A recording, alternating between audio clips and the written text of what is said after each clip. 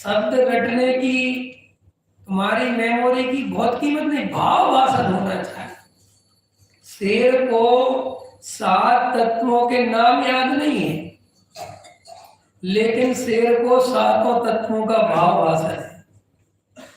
बच्चे को ये नहीं पता कैसे मिर्ची कहते हैं, लेकिन एक बार उसने चखली थी तो बोलता है ताता, खाता नाना ताता। तो वो ये तो नहीं जानता कैसे मिर्ची बोलते हैं, फिर उसे पता है और उसको रसगुल्ला चखाया, कुछ मीठी चीज चखाई, उसको भाव भाषण हो जाता है। मजा छो, मजा ला, तो देखो मम्मा। तो ऐसे श्री गुरु कहते हैं कि तू बहुत क्षेम ज्ञान तेरे पास हो, इससे कोई फर्क नहीं पड़ता, लेकिन आत्मा कहते ही जैसे नींबू का स्वाद आता है, ऐसे आत्मा का स्वाद आना चाहिए। आता है आप लोगों को? नहीं आता?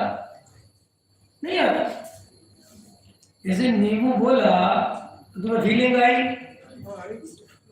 तो आत्मा बोला तो कोई फीलिंग नहीं आई। तो बस आत्मा में खट्टापन थोड़ी है, ज्ञानपन है।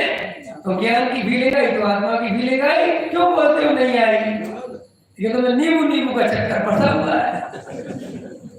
अब तुम आत्मा में नींबू जैसे फीलिंग चाहोगे तो मैं कैसे करूं भाई? जिसका जो स्वभाव है, जैसे नमक में खट्टे फल की फीलिंग आ ही नहीं सकती। नमक बोलते ही क्या दिखता है, नींबू बोलते ही क्या दिखता है, उदगल बोलते ही क्या दिखता है, आत्मा बोलते ही क्या दिखना चाहिए? रटा हुआ नहीं, शास्त्र वाला नहीं, अनुभव वाला दिखना चाहिए। जब हमने नींबू बोला तो बंबई का नींबू याद आया कि साउथ अफ्रीका का? क्या नाम आपका है? नीलकंठ जी। बोलो आपका है? जिमी।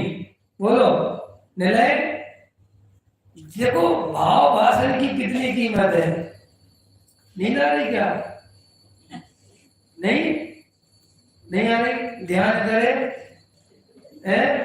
पप्पू भाई की दुकान इधर है। क्या क्या बोला भाई? जैसे हमें वस्तु का जो भाव भाषण होता है, नींबू तो ना में क्षेत्र याद आता है, ना काल याद आता है, ना कुछ, केवल भाव, खट्टापन, बस। ऐसे ही आत्मा बोले तो त्रिकाली ध्रुव याद आवे, न दिगंबर याद आवे, न श्वेतांबर याद आवे, न त्रियंच याद आवे, न मनुष्य याद आवे, न देव याद आवे, न सिद्ध याद आवे, कुछ याद नहीं आवे। केवल त्रिकाली ध्रुव बोलते ही अपना आत्म तत्व याद आवे। तो आत्मा बोला और एकदम अंदर बस ज्ञान स्वभाव दिख जाए। आत्मा को जहां जहां ज्ञान, बाबा में,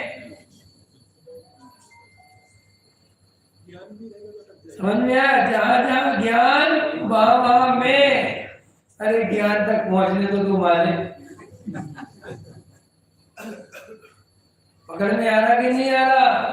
ज्ञान माने में ज्ञानानुभूति ही आत्मानुभूति है, क्योंकि आत्मा का प्रकट लक्षण जो है वो कौन है? क्या? उद्गल में कितने गुण हैं? दिखते कितने हैं? तो उसको पहचानते कितनों से हो? समझ में? तो अनंत का क्या करेंगे? होंगे। जब केवल ज्ञान होगा तब देखेंगे, अभी तो 4 से ही काम चलेगा। जैसे आत्मा में कितने गुण हैं, लेकिन दिखता क्या है?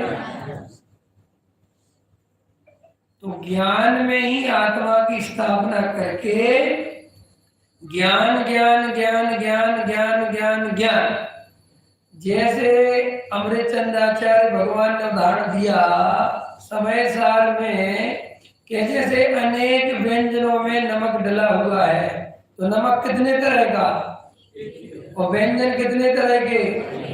तो सब व्यंजनों में नमक एक है। समझ में आया? तो वहां खाने वाले से पूछो इसमें नमक कैसा है, इसमें नमक कैसा है, दाल में नमक कैसा है, सब्जी में नमक कैसा है ना। इसमें तो वो क्या करता है, वह व्यंजन को तो कर देता है गौण और नमक को अपने ज्ञान में कर देता है ऊर्ध्व।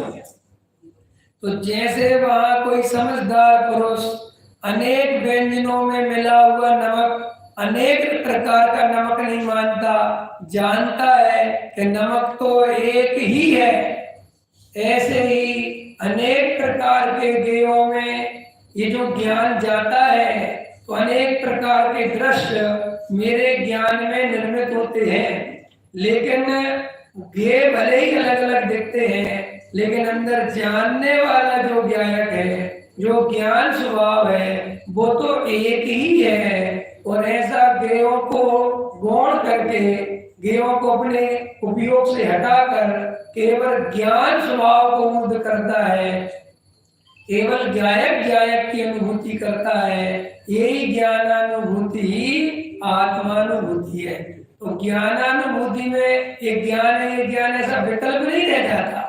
जब तक विकल्प है तब तक निर्विकल्प अनुभूति नहीं है, लेकिन निर्विकल्प अनुभूति ऐसे ही विकल्पों से गुजरती है। आया समझ में?